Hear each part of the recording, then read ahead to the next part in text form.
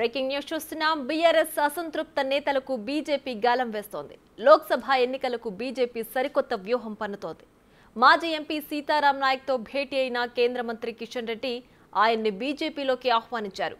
కేసీఆర్పై తీవ్ర స్థాయిలో విమర్శలు చేసిన సీతారాం నాయక్ కేసీఆర్ 2 సార్లు సీఎం కావచ్చు కానీ తనకు రెండోసారి టికెట్ ఎందుకివ్వరని గతంలో గట్టిగా ప్రశ్నించారు.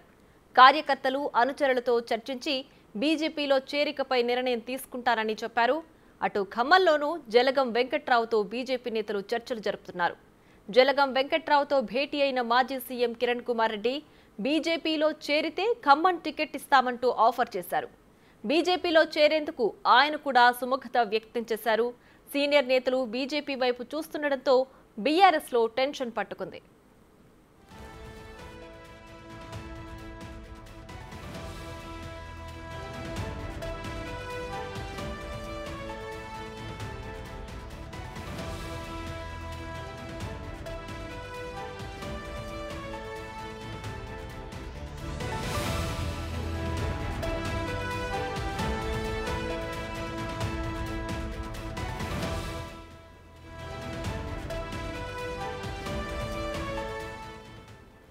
ఇక ఇదే అంశానికి సంబంధించి మరింత సమాచారం మా ప్రతినిధి రాంప్రసాద్ లైవ్ లో అందించడానికి సిద్ధంగా ఉన్నారు. రాంప్రసాద్, చెప్పండి, బీఆర్ఎస్ లో అసంతృప్తిగా ఉన్న నేతలందరినీ బీజేపీ తన వైపు తిప్పుకునే ప్రయత్నం అయితే చేస్తోంది. ఇందులో భాగంగా కొంతమంది నేతల్ని ఇప్పటికే సంప్రదించారు. అయితే బీఆర్ఎస్ మొత్తంగా తెలంగాణలో ఖాళీ అవ్వబోతోందా? బీజేపీలో చేరికలు ఎక్కువగా జరగబోతున్నాయా? పూర్తి డీటెయిల్స్ ఏంటి?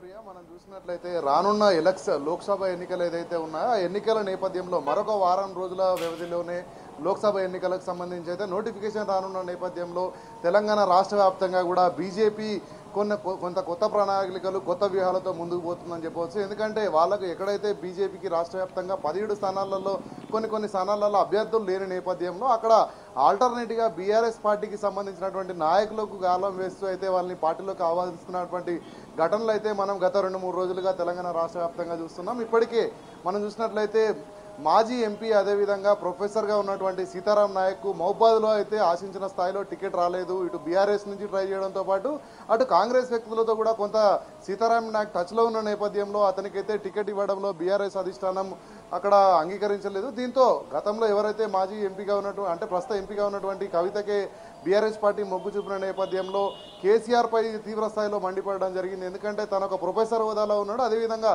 గిరిజన నాయకత్వం అంటే గతంలో ఏదైతే టికెట్ ఇచ్చిన నేపథ్యంలో గెలుపొంది పార్టీ కోసం సేవలు అందించినప్పటికీ కూడా తనను రెండవసారి అంగీకరించకపోగా ఇప్పటికీ కూడా టికెట్ ఇవ్వడంలో బీఆర్ఎస్ పార్టీ అయితే కేసీఆర్ నిర్ణయాన్ని పూర్తి స్థాయిలో వ్యతిరేకిస్తూ తీవ్ర ఆగ్రహం వ్యక్తం చేయడం జరిగింది.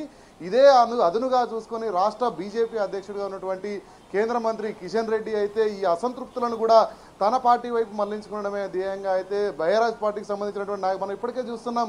రాష్ట్రంలో 2 ఎంపీలు కూడా బీజేపీ పార్టీలో చేరడం జరిగింది. పార్టీలో చేరిన వెంటనే కూడా వాళ్ళకి టికెట్లు ఇవ్వడం జరిగింది. మనం చూసినట్లయితే నాగర్ కర్నూలు ఎంపీగా ఉన్నటువంటి రాములుతో పాటు అదేవిధంగా బీబీ పాటిల్ జహీరాబాద్ నుంచి అతను కూడా బీజేపీ పార్టీలో చేరిన వెంటనే తొలి జాబితాలోనే వాళ్లకు సీట్ల ఎంపికకు వాళ్ళ నేమ్స్ అయితే ఇవ్వడం జరిగింది. మనం చూసినట్లయితే రానున్న రోజుల్లో కేంద్రంలో బీజేపీ అధికారంలోకి వస్తుందనేటువంటి ఒక ప్రచారంతో బీఆర్ఎస్ పార్టీ నాయకులను ఆకట్టుకోవడంతో పాటు వాళ్ళకు టికెట్ను ఎరగా చూపించి అయితే బీజేపీ పార్టీలో చేరుకునేందుకు ఇక్కడ రాష్ట్ర అధ్యక్షుడు అన్నటువంటి కిషన్ రెడ్డి కొన్ని ప్రత్యేక వ్యూహాలతో ముందుకు పోతున్నటువంటి అంశాలను మనం చూస్తున్నాం. ఈ క్రమంలో ఖమ్మం జిల్లాకు సంబంధించినటువంటి జలగం వెంకట్రావు కూడా మాజీ ఉమ్మడి రాష్ట్ర ముఖ్యమంత్రిగా ఉన్నటువంటి గత ముఖ్యమంత్రి ఎవరైతే ఉన్నారో వారితో కూడా ఇక్కడ చర్చలు సంప్రదింపులు జరుగుతూ ఉన్నాయి.